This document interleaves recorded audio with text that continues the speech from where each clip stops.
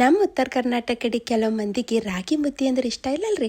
ಅಂಥವ್ರು ಹಿಂಗೆ ಈ ಗೋಲಿಗಳು ಮಾಡ್ಕೊಂಡು ಉಂಡು ನೋಡ್ರಿ, ಭಾರಿ ಮಸ್ತ್ ಆಗ್ತಾವ್ರಿ. ಇವು ಮಾಡ್ಲಕ್ಕ ಈ ಬಟ್ಟಲಿಂದ 2 ಬಟ್ಟಲು ರಾಗಿ ಹಿಟ್ಟು ತೊಗೊಂಡು ಏನು ಮಾಡೀನಿ, ಈ ಕಡಾಯಿದಾಗ ಹಾಕಿ ಸಣ್ಣ ಉರಿನಾಗ 2-3 ನಿಮಿಷ ಹುರಿದು ತೆಗೆದು ಇಟ್ಬಿಡ್ತೀನಂತ್ರಿ. ಈಗ 2 ಚಮಚ ಎಣ್ಣೆ ಬಿಸಿ ಮಾಡಿ ಸಾಸಿ, ಜೀರಿಗೆ, ಕಡಲೆಬೇಳೆ, ಉದ್ದಿನಬೇಳೆಗೆಲ್ಲ ಕೆಂಪಗಾಗತನ ಹುರಿದು ಉಳ್ಳಾಗಡ್ಡಿ, ಹಸಿಮೆಣಸಿನ್ಕಾಯಿ ತುರಿದಿದ್ದು, ಶುಂಠಿ ಮತ್ತು ಕರಿಬೇವು ಹಾಕಿ ಹುರಿದು ನುಗ್ಗಿ ತಪ್ಪಲು ಸೇರಿಸ್ಲತ್ತೀನಿ ರೀ. ಎಲೆಗಳೆಲ್ಲ ಬಿಡಿಸಿ ಸೇರಿಸೀನಿ.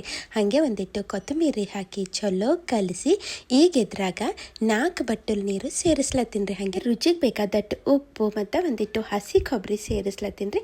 ಮ್ಯಾಲಿಂದು 1 ಚಮಚ ತುಪ್ಪ ಹಾಕಿ ಚಲೋ ಕಲಿಸಿ ಏನು ಮಾಡ್ತೀನಿ ರೀ, ಇದಕ್ಕೆ ಮ್ಯಾಲೆ ಮುಚ್ಚಿ ಕುದಿಲಾಕ್ ಬಿಡ್ತೀನಿ ರೀ. ಹಿಂಗೆ ಕುದಿ ಬಂತಂದ್ರೆ ಸಣ್ಣ ಉರಿನಾಗ ಹುರಿದಿದ್ದು ರಾಗಿ ಹಿಟ್ಟು ಹಾಕಿ ಈಗ ಇದಕ್ಕೆ ಚಲೋ ಕಲಿಸಿ ಮ್ಯಾಲೆ ಮುಚ್ಚಿ ಏನು ಮಾಡ್ತೀನಿ ರೀ, ಒಂದು 5 ನಿಮಿಷ ಹಾಗೆ ಬಿಟ್ಬಿಡ್ತೀನಿ. ಅಂದರೆ 5 ನಿಮಿಷ ಆದಮೇಲೆ ಕೈಗೆ ಹಿಂಗೆ ಎಣ್ಣೆ ಒರೆಸ್ಕೊಂಡು ಸಣ್ಣ ದೊಡ್ಡ ಹಿಂಗೆ ಗೋಲಿಗಳು ಮಾಡಿ ಈ ಜಲಡಾಗ ಇಟ್ಬಿಡ್ತೀನಿ ರೀ.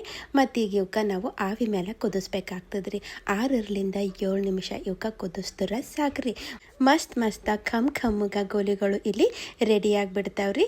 ಈ ಕೊಬ್ಬರಿ ಚಟ್ನಿನೇ ಮಸ್ತ್ ಕಾಂಬಿನೇಷನ್ ರೀ. ನೀವು ಒಂದ್ಸಲ ಟ್ರೈ ಮಾಡಿ ನೋಡ್ರಿ. ಮತ್ತು ಹೆಂಗೆ ಅನ್ನಿಸ್ತಂತ ನಂಗೆ ಕಾಮೆಂಟ್ ಮಾಡಿ ಹೇಳೋದು ಮರಿಬೇಡ್ರಿ. ಮತ್ತೆ ಸಿಗ್ತೀನಂತ್ರಿ.